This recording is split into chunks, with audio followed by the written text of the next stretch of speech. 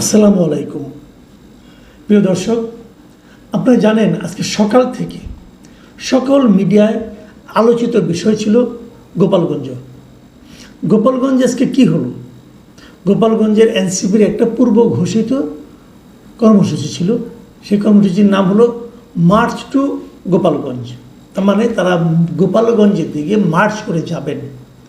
এটা নিয়ে নানা ধরনের কথাবার্তা ছড়িয়েছে সোশ্যাল মিডিয়ায়, নানাভাবে মানুষকে উত্তেজিত করা হয়েছে এবং আমরা দেখেছি কোথাও কোথাও এরকম বলা হয়েছে যে সেখানে যে নাকি, আমি বিভিন্ন সোশ্যাল মিডিয়ায় কথা বলছি, যে অনেকে আমাকেও প্রশ্ন করেছে যে গোপালগঞ্জে যে কি তারা বঙ্গবন্ধুর মাজার ভেঙে দেবে।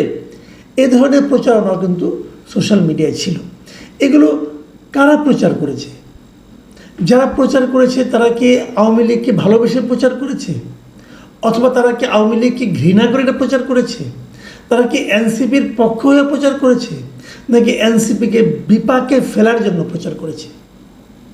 তবে এটা ঠিক, গোপালগঞ্জের মানুষ যদি জানে যে সেখানে যে বঙ্গবন্ধুর মাজার ভেঙে দেওয়া হবে, ওনার কবর ভেঙে দেওয়া হবে, তাহলে গোপালগঞ্জের মানুষ সেন্টিমেন্টাল হবে, আবেগপ্রবণ হবে। এটা কিন্তু অস্বাভাবিক কিছু না। আমরা কিন্তু এই এনসিপির মধ্যে একটা জিনিস দেখেছি। দেখুন, 17 বছর ধরেন, 16 বছর ধরেন শেখ হাসিনা একটা স্বৈরাচারী শাসন এদেশে কায়েম করেছিল। কে করেছিল? শেখ হাসিনা করেছিল, অথবা শেখ হাসিনার নেতৃত্বাধীন আওয়ামী লীগ করেছিল। আপনি এই পর্যন্ত ধরেন, কোনো সমস্যা নাই। এই অপরাধের জন্য শেখ হাসিনা দেশ ছেড়ে পালিয়েছে। এই অপরাধকে বিবেচনা করে, এটাকে বিবেচনা করে বর্তমান সরকার আওয়ামী লীগের রাজনৈতিক কর্মকাণ্ড স্থগিত করেছে, নিষিদ্ধ করেছে দেশে। তো এটা যেটা তো হয়েছে, সরকার ঘোষণা করেছে, যদিও এটা আইনগতভাবে হয়েছে কিনা, মানে আদালতের মাধ্যমে হয়নি, সরকার নির্বাহী আদেশে এই কাজটা করেছেন। সেই নির্বাহী আদেশে করাটা কতটা ভালো হয়েছে মন্দ হয়েছে সেটা অন্য বিতর্ক, কিন্তু তারা এটা করেছে।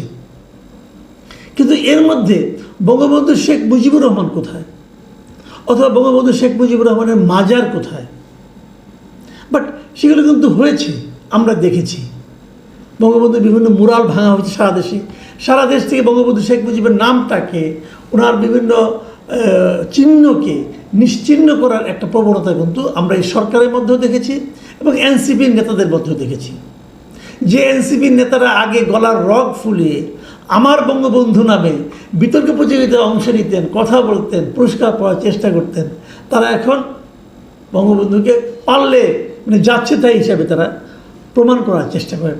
সেটা যেটাই হোক, এখন এইরকম একটা পরিস্থিতি আগেই ক্রিয়েট করি, যখন এনসিপির লোকজন গোপালগঞ্জে যায় মিটিং করতে, তো সেখানে গণ্ডগোল হবে এটাই কিন্তু মানুষের সাধারণ একটা ধারণা।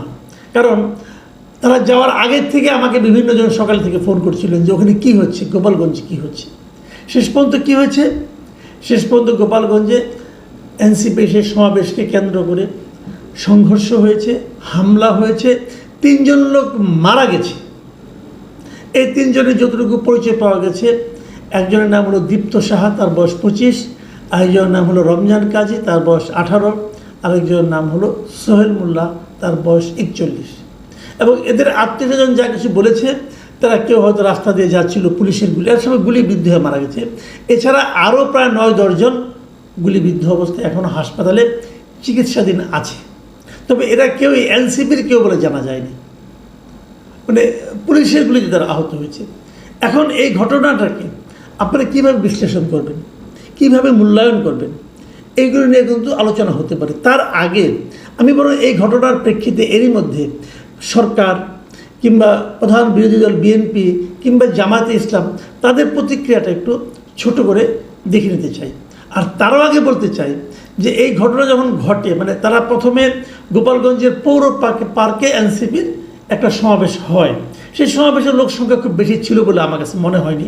আমি যতগুলি ভিডিও দেখেছি খুব বেশি লোক ছিল না। তারপরে মিটিংটা শেষ হওয়ার পরে বিপুল সংখ্যক লোক, কয়েকশো লোক লাঠিসোঁটা নিয়ে এনসিপি নেতাকর্মীদেরকে ঘিরে ধরে।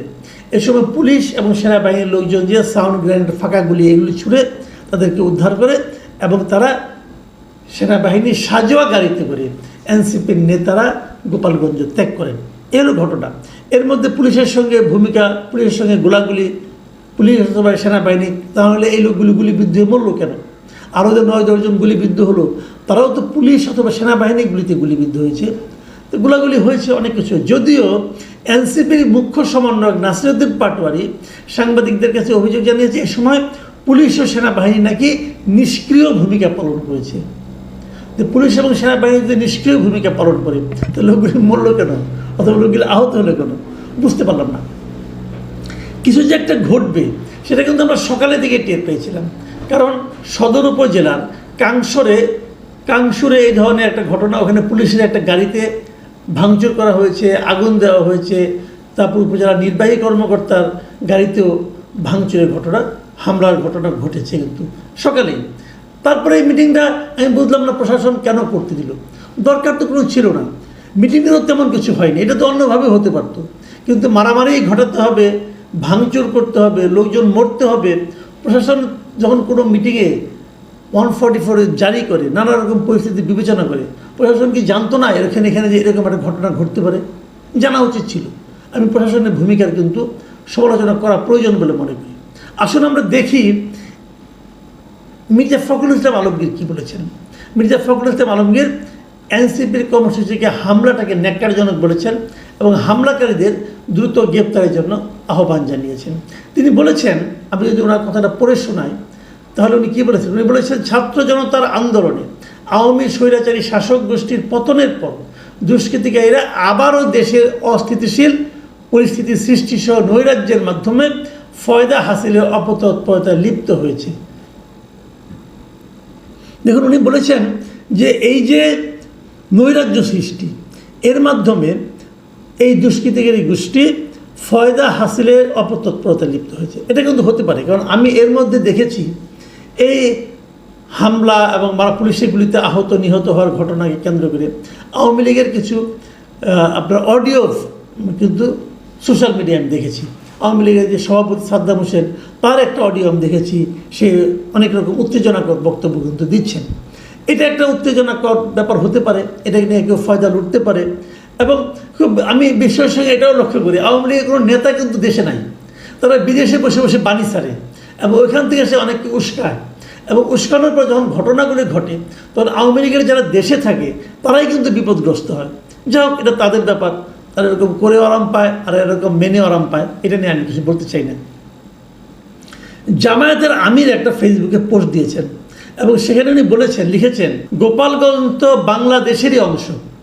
যতদূর জানতে পেরেছি এনসিপির নেতৃবৃন্দ স্বাভাবিক নিয়মে সর্বপর্যায়ের প্রশাসনের সঙ্গে পূর্ব থেকে আলাপ আলোচনা করে তাদের কর্মসূচি বাস্তবায়নে সহায়তা চেয়েছেন। এটি তাদের রাজনৈতিক অধিকার। কিন্তু এখন যে অবস্থায় এসে দাঁড়িয়েছে, কার্যত মাঠে আইন শৃঙ্খলা রক্ষাকারী বাহিনীর কোনো উপস্থিতি লক্ষ্য করা যাচ্ছে না। অতি দ্রুত সরকারকে